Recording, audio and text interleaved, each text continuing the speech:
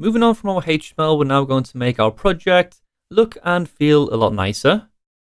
And we're going to do this by applying some CSS. The first thing we need to do if we open up the sidebar is to create a new file for our styles. I'm going to call mine the styles.css. And then we can link this in the index.html. We do this up at the top inside of the head section using the link element. This is a relationship to a style sheet, so this is fine. And the href is the location of this file. This file is contained alongside this index page, so we can simply reference this with the name of styles.css. Back over to our style sheet, we can begin with the HTML element, which is the root of our project. I'm going to start off by declaring the font size to be a value of 10 pixels. Now this value is completely optional, just as is all the CSS which we're going to add. You can make it your own, you can change values to make it look and feel exactly how we want it to. Now the reason I've selected 10 pixels for the root project size is because it's a nice rounded number, and we can use the rem values to scale this up and down really easily. So for example, if we create a value of padding as 1 rem, this will be a value of 10 pixels.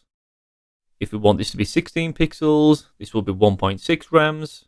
So a rounded value makes things nice and easy when scaling up and down. Next, we'll set the value of the color. This is going to be the color of our text. The color I'm going to select is 4E, 4D, 4D. So let's check this out and test this is working. Save the file, reload the browser, and we see these styles have now taken effect. I'm going to open up the split view inside of Visual Studio Code, so we can see both the index page and also the styles alongside. The next element which I'm going to style is the main container. If you remember from the last video, we surrounded all of the tip calculator in this main section. So this is going to be our main wrapper. We can set the maximum width of the tip calculator to be 50 rem. Remember, since we've set the root font size to be 10 pixels, 50 times 10 will make this the equivalent of 500 pixels. We can also center this by using the margin 0 auto. This will apply 0 margin on the top and bottom and divide up the rest of the space on the left and right equally. Save and refresh. And this has now placed an equal amount of white space on the left as is on the right.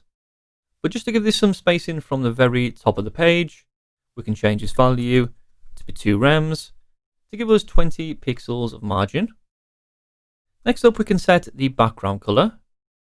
We can set this as a regular solid background color, or I'm going to set mine to take advantage of the linear gradient. This linear gradient will allow us to transition from one color to another in a straight line. So let's make some space, apply the linear gradient, and then we can add 2 values which we want to transition between. The first value which I'm going to add is the value of 3D, C0, C0. Separated by a comma, our second value is 5B, CE, AE. If we save this, we should see the main section now has a transition from one shade to another. By default, these colors will transition vertically from top to bottom. We can also change the angle as the first value. I'm going to change mine to be 30 degrees. Refresh. This now changes our gradient from vertical to go across the page at an angle of 30 degrees. After our backgrounds, we can also add some padding values. And inside of here, I'm going to add 4 different values. So 3 rem, 1.6 rem, 6, and then finally 1.6 rems. So these 4 values of padding will appear on the top, right, bottom, and left. Let's save and refresh the browser, leaving us with some spacing around the edges. Next, a border radius, and I'm going to add this as a value of 4 rems. So this is going to be pretty large, and this will apply to all 4 sides of our tip calculator. To give this tip calculator the impression of a little depth, we can also add a box shadow. I'm going to add a box shadow to the very bottom of our surrounding main section. And this box shadow is going to take in 4 different values. The first one is the X position, we have the Y position, we have the value of the blur, and then also the color to apply. If we go over to the Mozilla website, this has a box shadow generator, so we can better see what is going on. At the moment, we just have a simple element with a border. If we add a box shadow, we can then play around with the X and Y values.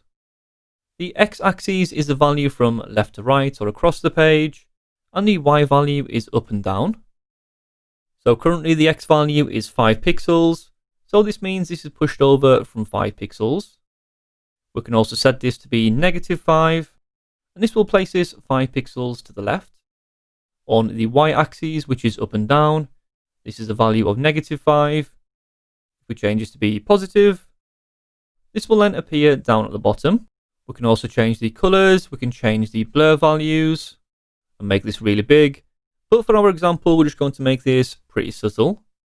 So we're going to stick with some small values. The first value, which is on the X-axis, I'm going to set this as 0, so it doesn't push over from the left or the right-hand side. The second value is 2 pixels, so this will appear at the bottom of our element. Next up, we have the value of the blur. Again, this is going to be pretty small. And then also a pretty light and subtle color of light grey. Back to our project. Refresh the browser and we'll see a very small box shadow at the bottom of our main section. So this takes care of the styling for our main section, and now we can work on the individual elements inside. Starting at the very top, we have the quick tip, which is surrounded in the level 1 heading. Let's target the H1. We can set the text align to be in the center. We also want this to be a little larger, so we can set the font size to be a value of 3 rem. Level 1 headings have a default margin which is applied by the browser, so I'm going to remove this by setting this to be a value of 0. Just above this level 1 heading, we see there's lots more space on the top than the bottom. This is because the main surrounding div has this padding value of 3 rem on the very top. We can also balance this up inside of our level 1 heading by adding some padding on the bottom, also of 3 rems. If we take a look at the final version, we see that each one of our sections also has this white background color. We can also target this inside of our CSS. So let's grab the section element, and we can begin with the background color of white. The font size, we can set this to be 18 pixels, which is the equivalent of 1.8 rems. Save and reload. There's currently no spacing between our 2 sections, so we can fix this with some margin on the bottom. Let's go for 1.6 rems. Some padding, which will give us the spacing inside of our white section.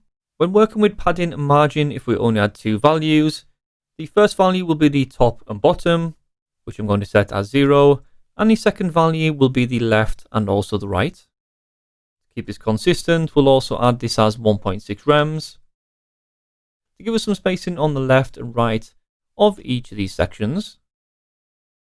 A border radius of 1 rem, and then also a box shadow to this section too.